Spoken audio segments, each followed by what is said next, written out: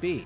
While we have this provided boss fight footage against the Flash to reference, I just want to mention that I found this fight incredibly annoying. There's no indication of where the Flash is most times, and he's the Scarlet Speedster, so he's just constantly zipping around the map. Yeah, it makes sense. That didn't make the fight hard, it just made it frustrating. You get a handful of shots on him before he teleports to the next what do you location, expect, though? so you're just trying to chase him down or catch him standing in one spot long enough to get hits in before he does it all again. I do wish there was a bit of a he's down, get a moment, but unfortunately, this guy wants a gimme in a boss fight. Stop, they're supposed to be hard. What's up, guys? How you guys doing? And IGN has lost it. No! Hardly, no! The story does look good. Worth it. The best part of Suicide Squad Kill the Justice League after playing it for a few hours is the story, and yes, it certainly seems like you will be killing characters you know and love. Hey, your face always looks so... what? Lots of death happening here. That's also a big part of the problem I have with the entire premise. I can't help but shake that there's no way Rocksteady is going to let any of this stick. Our heroes have done terrible things. There will be a time reversal mechanic or some alternate Earth timeline that comes along and washes away all of the terrible awfulness that happens during the story. Is that 100%? Is that canon? From enslaving a child form of Poison Ivy to straight up watching your heroes murder people, there's a lot here to make you feel a bit uncomfortable about the journey you're being taken on. That is kind of crazy. I did it, okay? I put the bloody bomb in the head ages ago. What? And when you pair this disconnect with game mechanics straight out of the likes of Destiny, Anthem, or Marvel's Avengers, I'm left worried about the final product coming together in a way that works. The fun just wasn't there for me, at least not yet. Let me explain in more detail. The story has its fun moments, yes, and the team banter, at least during the cutscenes, is when Kill the Justice League is at its best. Awesome. Aw, he's so sweet. We're in IGN right now. He's not gonna make it. The cutscenes have clearly been given a lot of love. Meanwhile, the character models look great, the voice acting is on point, and there are a lot of moments where I genuinely laugh thinking this could be enough to carry me through the messy and tired open world missions. It just looks like a lot. While they could reverse time to fix the morality issues at play, chances are that will be difficult given the planned expansions, story additions, and gear chases coming later in the form of free updates. That means we'll be stuck with the terrible things that transpire, and if the name sticks, stuck with a dead Justice League. At one point, the team puts a bomb in the head of Poison Ivy, who just happens to be a child. But hey, they punch Boomerang for putting a bomb in her head, so let's move on from that whole enslaving a child thing. Slumped? I get it's Poison Ivy and this is kind of Waller's thing, but I'm using it to illustrate a point. All of these things in one package feels like an odd mix. Rocksteady had a winning formula with the Batman games and is trying to write a completely new book, but so far, lightning is not in this bottle. A live service game from Rocksteady is not what I had on my wish list this year. Yeah, it's not. The team is single-handedly responsible for making some of the best combat I have ever experienced.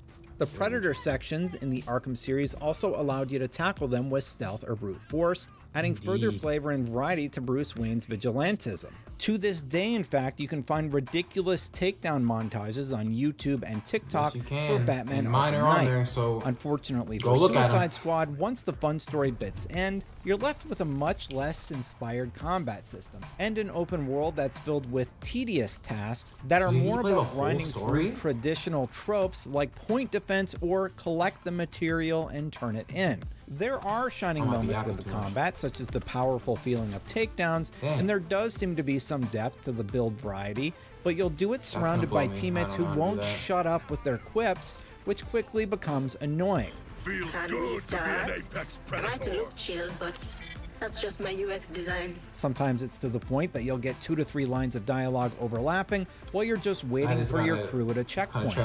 And when the combat does start, it has its fun moments, but it also has weird issues like long animations to regen your shield, or you'll get knocked out of an animation for unclear reasons. I thought it was just me, but it also happens in this provided footage straight from WB.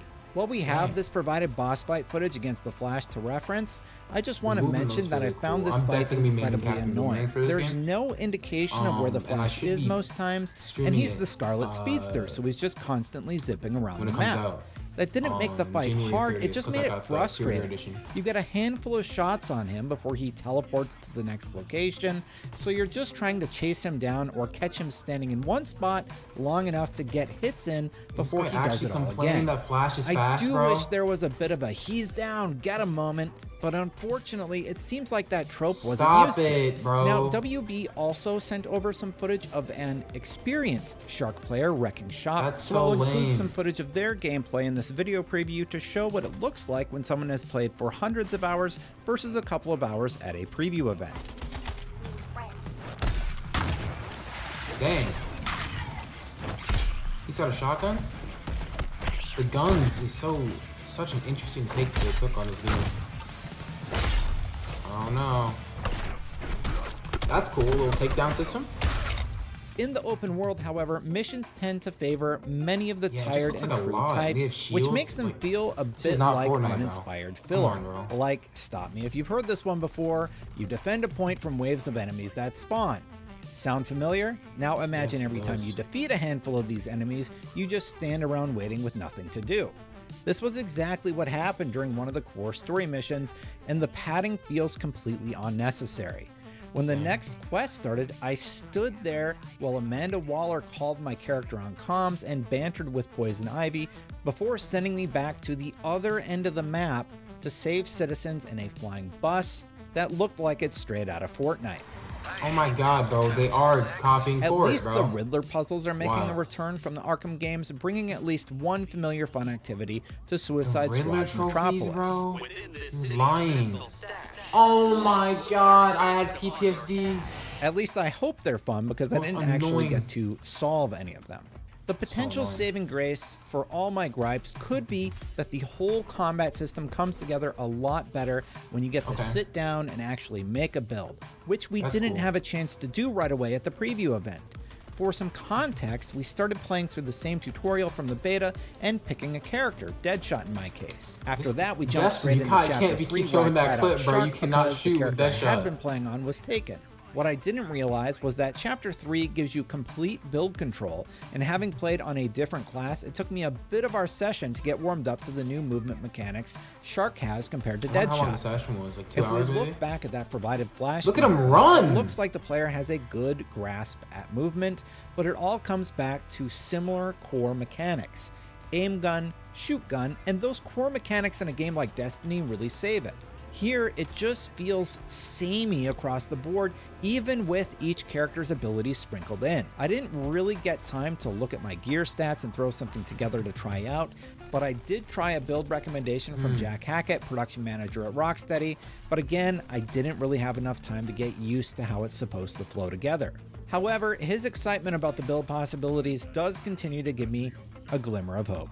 To give you a taste of what you'll be looking at in terms of complexity, there are weapon afflictions that attach an elemental effect to weapons like Deep Freeze that does cold damage for a period of time. Penguin will let you craft new weapons, shield mods, traversal mods, or grenades. And there are some interesting guns here, like Bugs A-Poppin' that will not do damage to a Terminaut, but will slow down every enemy within 10 meters. And there was this one slot machine grenade that was also pretty fun.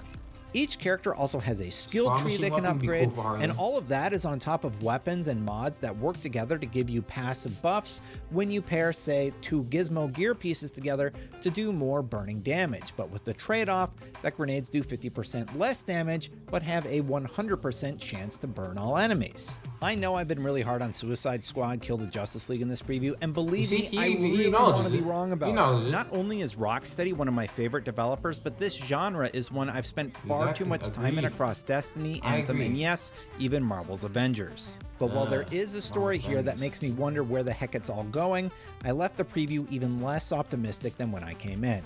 Here's hoping Suicide Squad wins me back when it releases on February 2nd. I hope so, bro. Are you excited about Suicide Squad? Let me know why in the comments I'm excited, below. but I'm still skeptical. For more on all things gaming, keep it I'm right gonna be here. playing it no matter what, IGN. though, so it doesn't matter. Okay. Just checking. We're all seeing that thing, right? Okay. So it doesn't look bad. It doesn't look good. It's gonna look like one of those games that different people like and other people's don't, which is kind of every game. But I don't know. I'm very interested to see what it is on January 30th. Catch me on my stream. I'm gonna be streaming it exactly the time it comes out, so probably midnight.